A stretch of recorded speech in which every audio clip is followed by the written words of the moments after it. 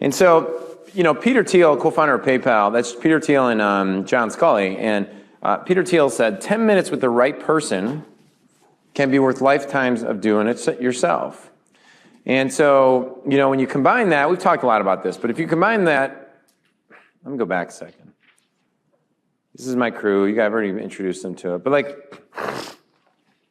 now here's this should be the 10 minutes with the right person slide. So if you look at what's most important to you, and then you look at where do you want to be, in the gap space are a few things, right? You got your mindsets, you got your relationships. The question you got to ask yourself is and I think at the time I had made this slide, Warren Buffett and Bill Gates were the two richest people in the world. Who's rich? Who are the richest people now? Those two still or no? Yeah, I'll get a picture of them, so that's cool. But why do they hang out together? Why do you think that is, though? Think about that for a second. They play bridge. They play bridge together. Why is it that the richest people in the world are hanging out together? Out of all the billions of people on the planet or whatever, that's who they're spending their time with. And what we want with these strategies and relationships is we want peace of mind. So that's the thing there. But this is usually what happens. That's us. And then we look at our future, and why you guys, did I just do something funny? Peace of mind was just a high. What's that? Peace of mind was just a hot Asian. All right. For any of you guys who missed it, there's a hot Asian chick looking right at you. If you need some peace of mind, don't feel guilty about it. Okay, moving forward. All right. But what we all kind of run through is this. We're in this place, we want to get to this place. But when we have expansion and awareness where our filters expand, instantly what gets created is a void that I call no man's land, where all of a sudden there's a little bit of frustration, a little bit of overwhelm, a little bit of confusion. And the reason why that's happening is because your mindset's going, wow, I am hungrier than I was the day before. I do have a bigger vision than I had a day before. And I want something bigger, And part of my job, it's my job, is to create a room that is held up for greatness and high expectations. It's my number one responsibility as your facilitator, as your coach, as your mentor, however you foresee me, as your friend. It's to create a room of awesomeness. And then, the reason why I hired Chris was to help hold up that thing. The reason I asked the speakers like Dan, Lloyd, and the rest that I've asked, and even tomorrow we have phenomenal speakers, is to hold up the space so greatness can happen. That's my job. I think a lot of people miss that when they hold seminars or speak. It's not to just spew out verbal vomit and hopefully it sticks and people tell you how great your content was. It's to hold a space where the people going through the experience pop out with a new wiring and a new desire to connect with more new people, acquire new skill sets, and change the life in their own little way. And so how do you bridge the gap with that? And you got to do it through relationships, tools, and systems. That's the only way you can do that. And so what happens a lot is you come to seminars and you either get the choice of, I want to hit this point here in a second. You get this point of I'm at this high, I'm going to stay high for the next 10 days and it's going to drop off. Or I ask myself, how do I keep this thing going? And so what I want to talk about briefly is, you were meant to have a bigger vision. That's why you're here. That's why you're not in your head. That's why, if you look at every table, the seats have been full every single session. If you go to most events, guys, people are leaving all the time. The hallways are more crowded than inside of them, right? And the only reason, I'll take a little bit of credit for that, but that credit really belongs in the room. You got Jeff, you got Vinny, you got John, you got Dan. I'm just pointing out, you got Lloyd, Chris, are all speakers who are still in the room as attendees. You got Randy, who I asked to come speak, and they're chilling out, taking notes, doing their thing. So that's a more of a reflection on you, right? Now, we talk about time collapsing and the whole concept of how do you get rapid results really, really quickly. And the one objection at some point, whether it's a deep-seated voice inside your head that needs to get totally squashed, or not is that the easy knee-jerk response is that this was designed for somebody else. I can do it on a small scale, one that I'm comfortable with. But how dare I think that I could possibly be somebody who grows a company similar to Stripe, Uber, Airbnb, those companies that went from zero to $1 billion of valuation. And I'm going to show you an example right here of two companies who I feel are in our space, one you know about, one you don't, who I think are doing exactly what we're talking about, which is like ClickFunnels, Russell Brunson. Give the guy a lot of credit, man. He took the thing that he loved, he listened to all the complaints in the marketplace, and he created a thing for us to just make it easier. And now he's got a business that is now a real business and it's growing, right? He solved a massive problem and it's congruent for him. Then you got our friend Mark Jenny owns RV Share. He took the same model that Airbnb has, where it doesn't really matter the site, where people are looking to rent their bed and breakfast, and he goes out and rents RV people with other RV people. And I mean, I don't know how fast. I mean, at one point they were growing like Mark, Vinny, I don't know if you have any insight, but like at one point they were growing like 25% week over week, like so fast, and it's still growing. But what was cool about it, because Vinny and him were partners in a different business, in a health business, and he had the guts to say, you know what, I'm going to go do this thing, right? He wanted to just go do this thing. He followed his gut, and he made it happen, right? And you met Jesse firsthand.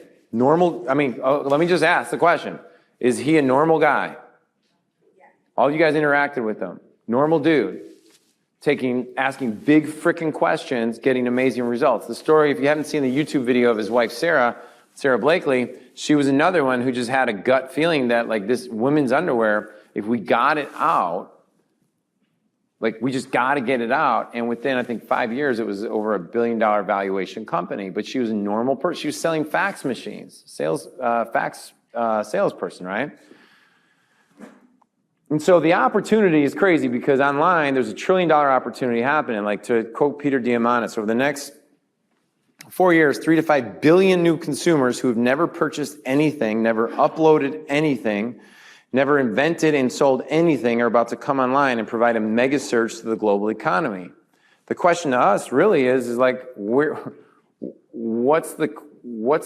are we in that trend? Are we going to be riding at the leading edge or are we not? And I'd like to challenge you that you are, right? Jeff Bezos' question, what if something, he gets asked all the time. People are like shiny object excited, and they talk to Jeff, they're like, hey Jeff, what's new? Like, what is Amazon going to do that's new? And everybody wants to know what's new.